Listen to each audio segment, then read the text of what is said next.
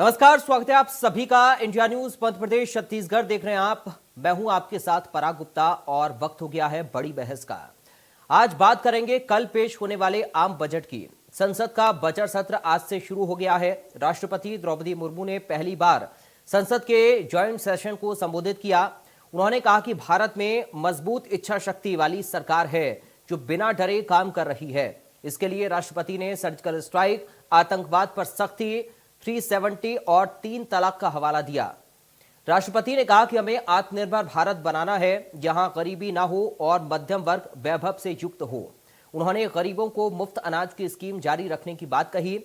वहीं प्रधानमंत्री नरेंद्र मोदी ने कहा कि आज दुनिया में जिस तरह की स्थिति है उसमें सभी की नजरें भारत के बजट की तरफ हैं और दुनिया की डामाडोल आर्थिक स्थिति में भारत का बजट आम लोगों की आकांक्षाओं को पूरा करने का प्रयास करेगा। उन्होंने कहा कि मुझे उम्मीद है कि वित्त मंत्री निर्मला सीतारमण इन उम्मीदों पर खरा उतरेंगी। आज वित्त मंत्री निर्मला सीतारमण ने संसद में आर्थिक सर्वेक्षण पेश कर दिया है। साल 2023 से 24 में विकास दर 6.5% रहने का अनुमान जताया गया है। वहीं अगर बात करें 2022 से 23 के आम बजट की तो कुल खर्च 39,44,909 करोड़ रुपए था और अब 2023 से 24 में 44 लाख करोड़ रुपए से ज्यादा रहने का अनुमान जताया जा रहा है। माना जा रहा है कि वित्त मंत्री इस बार के बजट में आम आदमी को कुछ राहत का ऐलान कर सकती हैं। बता दें कि इस बार आम बजट से देश के सभी वर्गों के लोगों को काफी उम्मीदें बंधी हैं। देश की सबसे बड़ी जनसंख्या मिडिल क्लास जो महंगाई के बोझ से सबसे ज्यादा परेशान है, उसे उम्मीद है कि बजट में उनके लिए राहत का ऐलान होगा। आज इसी मुद्दे पर चर्चा करेंगे, लेकिन उससे पहले सुनिए आम बजट पर लोगों की राय क्या है। देखिए, हम केंद्र सरकार से ये उम्मीद करते हैं कि चूंकि हम लोग सभी मध्यम वर्ग से आते हैं और मध्यम वर्ग के लिए इनकम टैक्स के स्लैब में छूट देना चाहिए, क्योंकि बहुत से अधिक जो उनके वेतन मिल रहे हैं मध्यम वर्ग को, वो उनके खर्चों में ही पूर्ति नहीं हो पा रही है और महंगाई के कारण उनकी जो वेतन है वो उनको कम पड़ रहा है। तो उसको अगर वो टैक्स में कुछ छूट देंगे तो उनको कुछ पैसा ज़्यादा हाथ में बचेगा और वो ज़्यादा खर्च कर पाएंगे। सर, जैसे कि देखा जाए चुनावी साल है तो सरकार से उम्मीदें तो सभी लोगों को बहुत होगी। मेरे ख्याल से मेन मुद्दा जो रहेगा वो कीमतों पे नियंत्रण रखना बहुत ज़रूरी है। कीमतें, महंगाई जिस तरह से बेकाबू हो गई है, तो सबसे पहले कुछ ऐसी पॉलिसियाँ, कुछ नीतियाँ ऐसी निर्धारित करनी पड़ेगी सरकार को जिससे कीमतों पे नियंत्रण हो, क्योंकि महंगाई बहुत ज़्यादा हो गई है। इसके अलावा टैक्स में रिलैक्सेशन तो सब आदमी चाहते ही हैं। मैं चूंकि पेशे से सिविल कॉन्ट्रैक्टर हूँ, चूंकि मैं तो चाहूँगा कि मकान की महंगाई बहुत बढ़ रही है, सरिया का रेट बढ़ गया है, सीमेंट की रेट बढ़ गया है और अभी जो ठेकेदार में भी जो जीएसटी का दर है 12 से 18% कर दिया गया है। तो मुझे लगता है कि जीएसटी का दर इन्हें वापस से कम करके ठेकेदारों को और आम लोगों को राहत देना चाहिए। बजट पेश होने से हम लोगों को यही उम्मीद है कि जो युवा हैं उनको, काफ़ी बेरोजगार युवा हैं, उनको रोजगार मिले, रोजगार के नए अवसर मिले, बड़े बड़े उद्योगों ने ओपन हो, सारी चीज़ें। और से स्वास्थ्य विभाग में काफ़ी लोगों का ज़्यादा पैसा लगता है हर चीज़ में, उस पर सरकार कुछ चर्चा करे। देखिए, जिस तरीके से केंद्र सरकार ने काम करा, निश्चित काम तो बहुत अच्छे करे हैं सरकार ने, लेकिन हमें चाहते हैं कि जो आदमी मध्यम वर्गीय परिवार है उसको फोकस रखकर सरकार को अपने बजट को पेश करना चाहिए। खास कर जो मध्यम वर्गीय परिवार है उसको महंगाई से राहत मिलना चाहिए। केंद्र सरकार को कुछ ऐसे फैसले लाना चाहिए जिसमें जीएसटी में कुछ कमी आए, टैक्सेस में कुछ कमी आए, जिससे जो मध्यम वर्गीय परिवार है वो लाभान्वित हो। केंद्र सरकार जो बजट पेश करने जा रही है उसमें सबसे ज़्यादा महत्वपूर्ण आम जनता जो उम्मीद कर रही है कि गैस के जो भाव है जिससे गृहिणी चलाती है, पूरे घर उससे प्रभावित होता है, चलता है, वो कम होना चाहिए। और आम आदमी चाहता है कि पेट्रोल के दाम में भी थोड़ी कमी आए। और ये 10 तस्वीरें इस वक्त हम आपको दिखा रहे हैं। ये 10 तस्वीरें उन लोगों से जुड़ी हुई हैं जिन लोगों को कल पेश होने वाले आम बजट से बहुत ज्यादा उम्मीद है। सबसे पहले युवा उम्मीद लगाकर बैठे हैं कि उनके लिए कुछ बेहतर इस बजट में होगा। किसानों को उम्मीद है उनकी फसलों को लेकर या फिर किसानी कृषि से जुड़े हुए जो भी यंत्र हैं उनको लेकर उन्हें थोड़ी सी राहत मिले। नौकरी पेशा लोग भी ये उम्मीद लगाकर बैठे हैं कि उनको अपने क्षेत्र में क्या राहत इस बजट से मिल सकती है। टैक्स छूट को लेकर भी लगातार लोगों की उम्मीदें हैं। व्यापारी वर्ग भी लगातार अपनी उम्मीदों को लेकर आस लगाए इस बजट से बैठा हुआ है।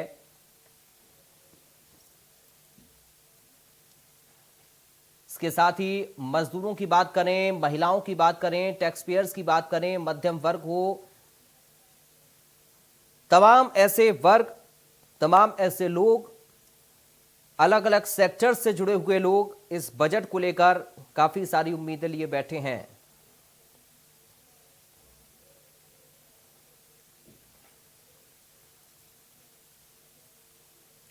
चलिए हमारे साथ कुछ खास मेहमान जुड़ गए हैं, सीधा आपका परिचय करा दें। हमारे साथ भारतीय जनता पार्टी से सह मीडिया प्रभारी हैं नरेंद्र शिवाजी पटेल। नरेंद्र शिवाजी पटेल जी, आपका स्वागत है। कांग्रेस पार्टी से नेता अजय गंगवानी हमारे साथ हैं। अजय गंगवानी जी, आपका स्वागत है। और साथ ही अर्थशास्त्र विभाग से एचओडी हैं शैलेश चौबे। शैलेश चौबे जी, आपका स्वागत है। सबसे पहले नरेंद्र शिवाजी जी, शुरुआत में आपके साथ कर रहा हूं। अलग अलग वर्ग उम्मीद लगाकर इस बजट से बैठे हैं। महंगाई, खासकर किसानों का मुद्दा हो या फिर बेरोजगारी का सवाल हो, युवाओं का सवाल हो, सबको अपनी अपनी उम्मीदें हैं। कैसे इस बजट को हम देखें? कल जो बजट पेश होने जा रहा है, उम्मीद बहुत ज्यादा है। क्या उस उम्मीद के मुताबिक ये बजट खरा उतर पाएगा? नरेंद्र जी। निश्चित रूप से जो सरकार काम करती है उस सरकार से नागरिकों को उम्मीदें होनी भी चाहिए। नरेंद्र मोदी जी की सरकार जिस तरह से भारत के नागरिकों के उत्थान के लिए काम कर रही है, सबका साथ लेकर सबके विकास का जो प्रयास कर रही है, उसमें निश्चित रूप से बजट में जो भी उम्मीदें हमारे नागरिक लगाए बैठे, विभिन्न तरीके की अभी बातें सुनने को हमें आपके चैनल के माध्यम से मिली, तो मैं समझता हूं कि नागरिकों की जो भी उम्मीद है उन पे कल का बजट खरा उतरने वाला है। आज जिस तरह से राष्ट्रपति जी ने कहा है कि इस समय देश में जो सरकार काम कर रही है वो निडर सरकार है और देश हित में काम करने वाली सरकार है, तो निश्चित रूप से नरेंद्र मोदी जी की सरकार ने जिस तरह पूरे वैश्विक परिदृश्य में निडर होकर भारत के हितों का ध्यान रखते हुए काम किया, तो मैं समझता हूं कि उसी तरह नागरिकों के हितों का ध्यान रखते हुए बजट प्रस्तुत होगा। जिस तरह से निर्मला सीतारमण जी ने आर्थिक सर्वेक्षण की जो रिपोर्ट भी आज सदन में रखी है, उसमें उन्होंने विश्वास व्यक्त किया है कि 6.5 विकास दर रहने वाली आने वाले समय में, तो मैं समझता हूं कि जो भी नागरिकों की उम्मीदें हैं उन पर अच्छी खबरें हमें कल बजट में सुनने को मिलेंगी, ऐसा मेरा भी विश्वास है। ठीक है अजय गंगवानी जी, जनता तो बहुत सारी उम्मीदें लगाकर बैठी है। विपक्ष होने के नाते आपके जहन में कई सारे मुद्दे होंगे जो कि जनता से जुड़े हुए होंगे। उन मुद्दों के आधार पर क्या उम्मीद आप लोग कर रहे हैं इस बजट से? जी, मेरा निवेदन है, थोड़ा समय दीजिएगा। देखिए, नरेंद्र जी की बातों को मैं बहुत ध्यान से सुन रहा था, चीजें कुछ स्पष्ट कर दूं। कहीं ना कहीं देखिए, केंद्र की मोदी सरकार का 2024 में आने वाले लोकसभा चुनाव है और ये आखिरी चुनावी जो है पूर्ण बजट है, तो कहीं ना कहीं इसमें प्रयास जरूर किया जाएगा केंद्र की मोदी सरकार के द्वारा कि हर आम आदमी को एक लोक लुभावना बजट दिया जाए। परंतु ये बजट देने के पीछे सबसे जो प्रमुख कारण है, आपको खजाने की स्थिति समझनी पड़ेगी। आज कहीं ना कहीं जो सरकारी खजाना पूरी तरह खाली है। जिस प्रकार से सार्वजनिक उपक्रम हो, एयरपोर्ट हो, बंदरगाह हो, जितनी भी LIC हो, सबको रेलवे तक को बेचने की साजिश लगातार केंद्र की मोदी सरकार कर रही है। कुछ आंकड़े दे दो पराग जी। आज 2014 में जब मोदी सरकार बनी, देश पर जो ऋण था वो था 53 लाख करोड़। इन्हीं के सरकारी आंकड़ों के अनुसार वर्तमान में देश पर जो ऋण है वो है 155 लाख करोड़। आज कहीं ना कहीं देश पे 55 लाख करोड़ से ऋण बढ़ के आज 155 लाख करोड़ हो जाता है, 3 गुना ऋण हो जाता है। और दूसरी बात, आज कहीं ना कहीं जिस प्रकार से लगातार सरकारी फंड खाली है और इनके लिए मोदी सरकार के लिए आज कहीं ना कहीं वोटों को साधने के लिए लोक लुभावना बजट लाना, साथ में जो वित्तीय कुप्रबंधन के कारण आज देश प्रकार से अर्थव्यवस्था गर्त पे है, इन दोनों के बीच जो संतुलन स्थापित करने का जो प्रयास है, ये सबसे बड़ी चुनौती चाहे वित्त मंत्री निर्मला सीतारमण जी के लिए होगी और केंद्र की मोदी सरकार के लिए होगी। लेकिन देखिए, जिस प्रकार से ऋण बढ़ रहा है, आज भुखमरी इंडेक्स में हम आज 155 देशों की संख्या में आज 55वें स्थान पे थे। आज हम श्रीलंका, पाकिस्तान, बांग्लादेश जैसे देशों के नीचे खिसक कर 101वें स्थान पे है। आज देश की 97% लोगों की आय कम हो जाती है और इनकी पूंजीपति मित्र प्रति मिनट 2 करोड़ रुपए कमाते हैं। आज इनका 20 माह में 1808% संपत्ति बढ़ जाती है। आर्थिक असमानता अपने चरम पे है। आज 97% लोगों की आय कम हो जाती है। आज देश की बढ़ती महंगाई, यही केंद्र की मोदी सरकार बड़े बड़े नारे देती रही बहुत हुई महंगाई की मार अब की मोदी सरकार, क्या इन्होंने अपने वादा निभाया? आज सबका साथ सबका विश्वास, ऐसे बड़े बड़े नारे जरूर इन्होंने पेश किए, लेकिन ये सारे नारे आज सिर्फ और सिर्फ जुमले साबित हो रहे हैं पराग जी। आज कहीं ना कहीं देखिए कुछ आंकड़े और दे दूं आपको। आज रिटेल महंगाई का जो आंकड़ा है, आरबीआई की जो लिमिट होती है 4%, लगातार वो 4% से 36 महीने से आगे है। आज जो इनकी अपर लिमिट है 6%, उससे लगभग 11 महीने से आगे है। आज जो है एक और स्पष्ट कर दूं आंकड़े आपको, आज 2014 में जो पेट्रोल पर टैक्स लगता था वो था 9 रुपए 48 पैसे, जिन्होंने उसको बढ़ा के किया 32 रुपए, 256% की वृद्धि। अगर डीजल की बात करूं 3 रुपए 18 पैसे को बढ़ा के 31 रुपए, 820% की वृद्धि। और सबसे बड़ी चीज, आज पिछले आंकड़े दे दूं, मार्च 2022 में जो कच्चा क्रूड ऑयल है उसका रेट था $140 प्रति बैरल, और आज के वर्तमान आंकड़े दे दूं, ये है मात्र $80 प्रति बैरल। सीधा सीधा 40% क्रूड ऑयल की कीमत में कमी आती। क्या 1 रुपए का फायदा भी आम जनता को देना चाहते हैं? आज 27 लाख करोड़ डीजल पे और पेट्रोल पर एक्साइज ड्यूटी में कमाते हैं, क्या 1 रुपए का आम आदमी का अधिकार नहीं है? क्या ये सिर्फ चुनावी जुमले घोषित करेंगे? हमने देखा आज कोविड काल में किस प्रकार से पराग जी 20 लाख करोड़ का जुमला पैकेज लाया गया, एक एमएसएमई सेक्टर को, एक किसान को, एक गरीब को, मजदूर को, एक आम आदमी को, युवा को, महिला को 1 रुपए का सीधा फायदा नहीं पहुंचाते। सिर्फ ये बड़ी बड़ी घोषणाएं करते हैं, आंकड़ों की बाजीगरी करते हैं। आज बता दीजिए, आज पूंजीपति मित्रों के टैक्स में कटौती करते हैं। हर साल सरकारी खजाने को 1.5 लाख करोड़ का नुकसान होता है। क्या टैक्स लिमिट में आयकर की सीमा में 2.5 लाख रुपए में क्या 1 रुपए की वृद्धि की गई?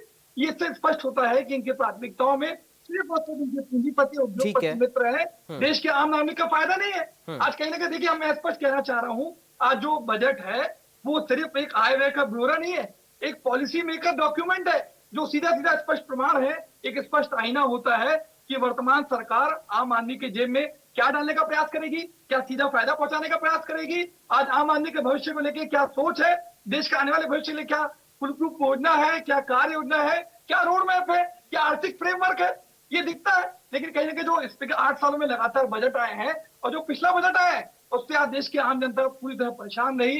उनको जो उम्मीदें थी, आज देश के युवा को, देश की महिला को, देश के किसान को हर वक्त पूरी तरह निराश हुआ। और मैं ऐसी आशा करता हूं कि कहीं ना कहीं चुनावी बजट है तो इस बार मोदी सरकार देश की आम जनता को सीधे फायदा पहुंचाने के लिए सीधे जेब में पैसा डालने का कुछ योजना लाएगी। ठीक है सर, चलिए अब शैलेश चौबे जी से हम थोड़ा इसको समझ लेते हैं आंकड़ों के जरिए। सर, आपने देखा आज आर्थिक सर्वेक्षण पेश किया वित्त मंत्री ने, कल बजट पेश होने जा रहा है, कैसे आप देख पा रहे हैं, कैसे बैलेंस होगा? बहुत सारी उम्मीदें अलग अलग सेक्टर्स के लोगों को हैं, युवाओं की बात करें, किसानों की बात करें, खासकर जो मिडिल क्लास है उसको महंगाई की मार काफी ज्यादा इस वक्त पड़ी हुई है। कैसे महंगाई कम हो, ये मिडिल क्लास के जो लोग हैं वो उम्मीद लगाकर बैठे हुए हैं। कैसे आप सर देख पा रहे हैं कल पेश होने वाले इस बजट को? शैलेश जी।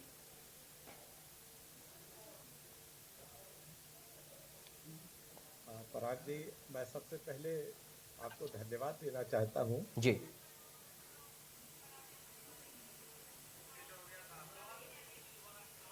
शैलेश जी, आपको आवाज मिल रही है मेरी? शैलेश जी, आपकी आवाज नहीं आ रही है मुझ तक।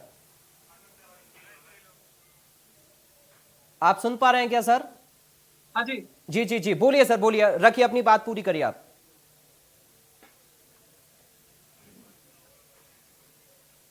जी, मिस से पूर्व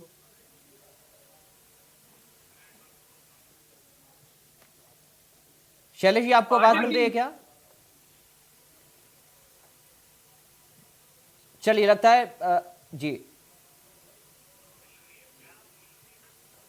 नहीं सर, नेटवर्क का थोड़ा इशू आ रहा है। शैलेश चौबे जी, मैं चाहूंगा इसको पहले हम दुरुस्त कर लेते हैं, ताकि आप जो आंकड़े रखेंगे या जो समझाने की कोशिश करेंगे, जो एनालिसिस आप करने वाले हैं, वो दर्शक अच्छे से उसको समझ पाए, हम लोग भी समझ पाए। इसलिए पहले नेटवर्क को हम ठीक करते हैं, उसके बाद मैं आपके पास लौट कर आ रहा हूं सर। मैं अभी नरेंद्र जी के पास चलता हूं एक बार फिर से। नरेंद्र जी, बहुत सारी बातें अभी देखिए, अजय जी ने बहुत सारी बातों का जिक्र किया है, पिछले बजट से लेकर और अभी जो कर्ज है उस तक का उन्होंने बखान किया, और ये कहा कि कर्ज तो बढ़ गया और पिछले बजट में जो वादे किए थे उन पर भी काम नहीं हुआ। आखिर कैसे इस बजट को आप बैलेंस करके चलेंगे नरेंद्र जी? ना जी जी बिल्कुल मृणाल जी, देखिए अजय गंगवानी जी विपक्ष के प्रवक्ता हैं, तो निश्चित रूप से उन्होंने जिस तरह का विलाप किया है, इस तरह का विलाप करना उनका बनता है। अच्छी बात है, करना चाहिए, उनका फर्ज है। लेकिन जिस तरह से वो देख नहीं पा रहा है कि किस तरह से केंद्र की सरकार, नरेंद्र मोदी जी की सरकार 80 करोड़ नागरिकों के लिए खाद्यान्न उपलब्ध करा रही है। उन्हें पता नहीं है हंगर स्ट्राइक की, पता नहीं कहां से कौन से देश हैं जो इस तरह के इंडेक्स बनाए रखते हैं और उन इंडेक्सों के माध्यम से करते हैं। पाकिस्तान, नरेंद्र जी, मेरा निवेदन है। जी जी जी नहीं नहीं, बिल्कुल कंप्लीट करें, आप कंप्लीट करें, मैं डिस्टर्ब नहीं कर रहा हूं, कंप्लीट बिल्कुल। तो मेरा कहना ये है कि जब हम जो देख पा रहे हैं आंखों से, वो हमको दिख रहा है कि 80 करोड़ लोगों को नागरिकों को खाद्यान्न मिल रहा है। हाँ। दूसरी ओर जिस तरह से केंद्र की सरकार ने 2 करोड़ से अधिक लोगों को प्रधानमंत्री आवास के तहत पक्के आवास दिए, ये सबको दिख रहा है। हाँ। किस तरह से 10 करोड़ गैस सिलेंडर देने का काम किया, ये सबको दिख रहा है। किस तरह से जो शौचालय नहीं बना पाए थे आजादी के बाद से, उन 10 करोड़ से अधिक शौचालय को बनाने का काम प्रधानमंत्री नरेंद्र मोदी जी की सरकार में हुआ। किस तरह से नरेंद्र मोदी जी ने इस देश में सुरक्षा के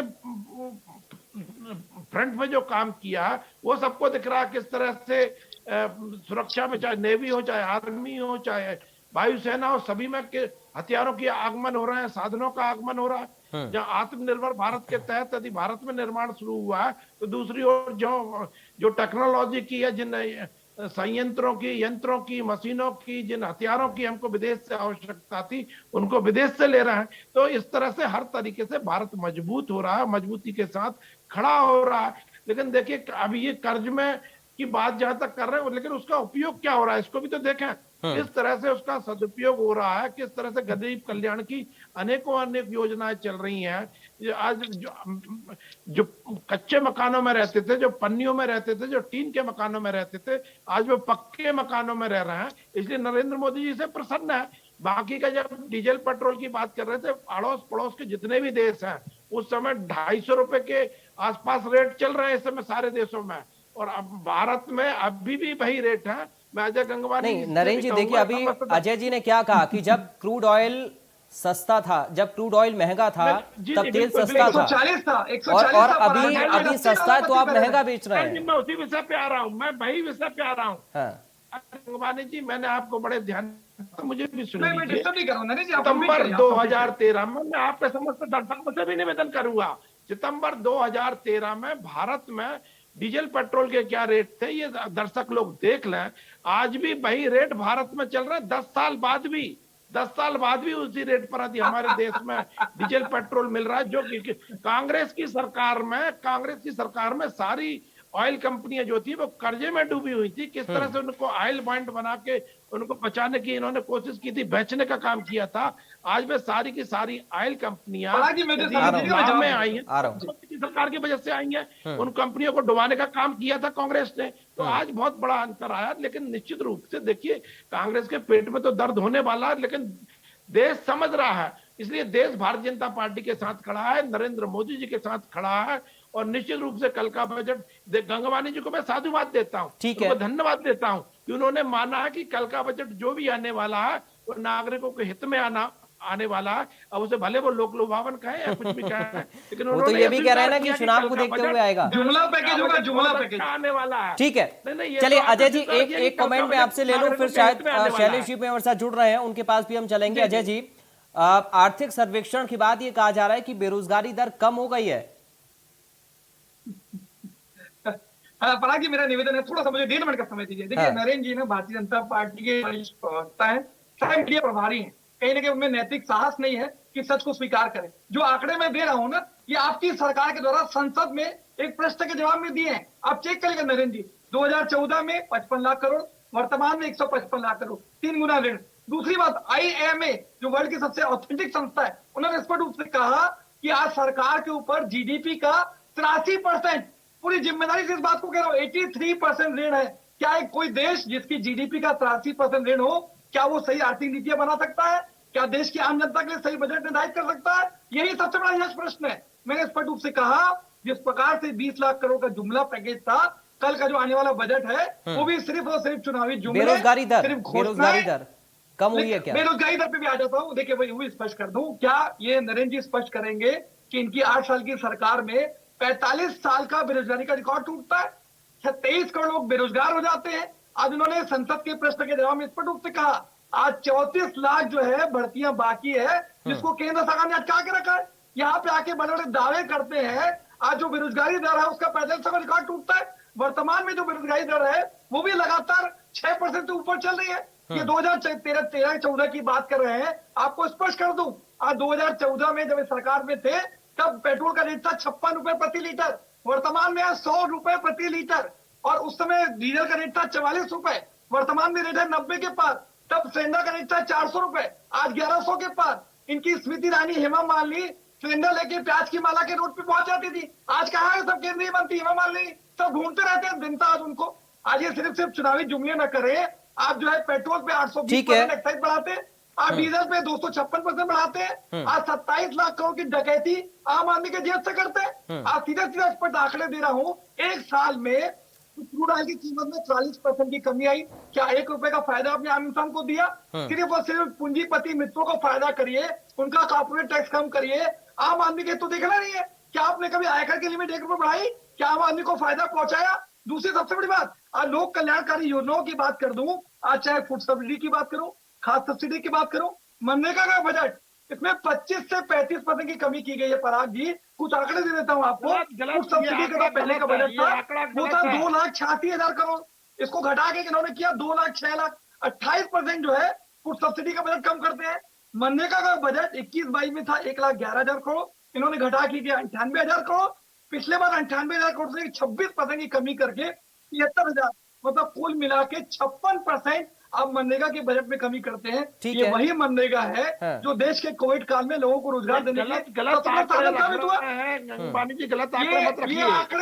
ये आपकी सरकार के आंकड़े हैं, ये भारतीय जनता पार्टी के आंकड़े नहीं है। आप सच को स्वीकार करने का साथ दिखाइए। पेट्रोलियम बॉन्ड की बात करते हैं, पेट्रोलियम बॉन्ड पे 75,000 करोड़ रुपए वसूल किया, आप 27 लाख करोड़ वसूलते हैं नरेंद्र जी। आप कितना भी देश की जनता को बेवकूफ बनाने का प्रयास करें, आज देश की जनता जानती है कि जो पूंजीपति है प्रति मिनट 2 करोड़। ठीक है, चलिए नरेंद्र जी एक सवाल 2001 मिनट,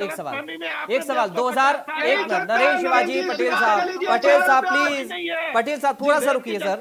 2011 से 12 में कुछ आंकड़ा मेरे पास है सर। 2011 से 12 में बेरोजगारी जो दर थी वो 3% से भी कम थी। उसके बाद बढ़ी कम हुई, बीच में ये चलता रहा।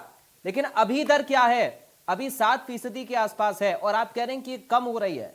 बहुत संक्षेप में उत्तर। देखिए, बहुत अच्छा पराग जी, बहुत बढ़िया प्रश्न है आपका। अब जवाब दीजिए नरेंद्र जी। देश की जनता सुनना चाहती है कि भारतीय जनता पार्टी की केंद्र की मोदी सरकार देश की युवाओं को किस प्रकार से चोट पहुंचाती है। अरे सुन तो लीजिए, सुनते हैं नहीं, पटेल साहब बोलते रहेंगे।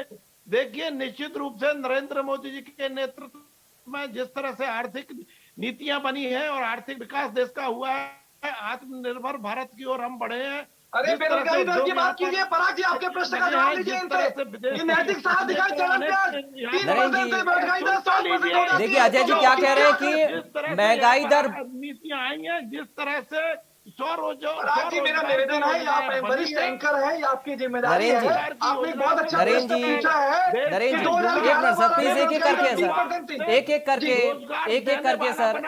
प्लीज। नरेंद्र जी देखिए, अजय जी क्या कह रहे हैं कि बेरोजगारी दर बढ़ रही है, कर्जा बढ़ रहा है, और आप कह रहे हैं कि नीतियां बेहतर हो रही हैं। बिल्कुल, नीतियां बेहतर हो रही हैं, इसीलिए अधिक कोई कर्ज में वृद्धि हुई भी है तो उसका सदुपयोग देश हित में हुआ है। राष्ट्र हित में यदि पैसा आया तो उसका सदुपयोग हुआ है, जनता के कल्याण। अरे महंगाई बढ़ गई, बेरोजगारी बढ़ गई, देश में ऋण बढ़ गया और देश विकास कर रहा है। ये विरोधाभास न करें, चरण पे आके नरेंद्र जी गलत बयानबाजी न करें, देश की जनता को मूर्ख बनाने का प्रयास न करें। आप बता दीजिए। ठीक है सर, चलिए एक छोटे से ब्रेक के लिए मैं यहाँ पर रुक रहा हूँ, एक छोटे से ब्रेक। राजीव गांधी जी कहा, राजीव गांधी जी ने कहा था कि 1 रुपया दिल्ली से चलता, 15 पैसे हितग्राही। अरे ये आप फर्जी बातें करना बंद करें। आपसे जो प्रश्न पूछा जा रहा है उसका जवाब दीजिए। पराग जी आपका प्रश्न था, आज इनमें नैतिक साहस है तो देश की जनता ठीक है सर। आज इंडिया न्यूज के जो चैनल के दर्शक हैं वो सच जान लें कि किस प्रकार से बेवकूफ बनाने का प्रयास केंद्र के मोदी सरकार के प्रवक्ता चैनल पे बैठ के करते हैं। ठीक है सर, चलिए एक छोटे से ब्रेक के लिए यहाँ पर रुक रहे हैं, आप बने रहिए। मैं ब्रेक के बाद सीधा शैलेश चौबे जी आपके पास आऊंगा और आपसे शुरुआत करूंगा। बहुत जल्द हाजिर होंगे, बने रहिए।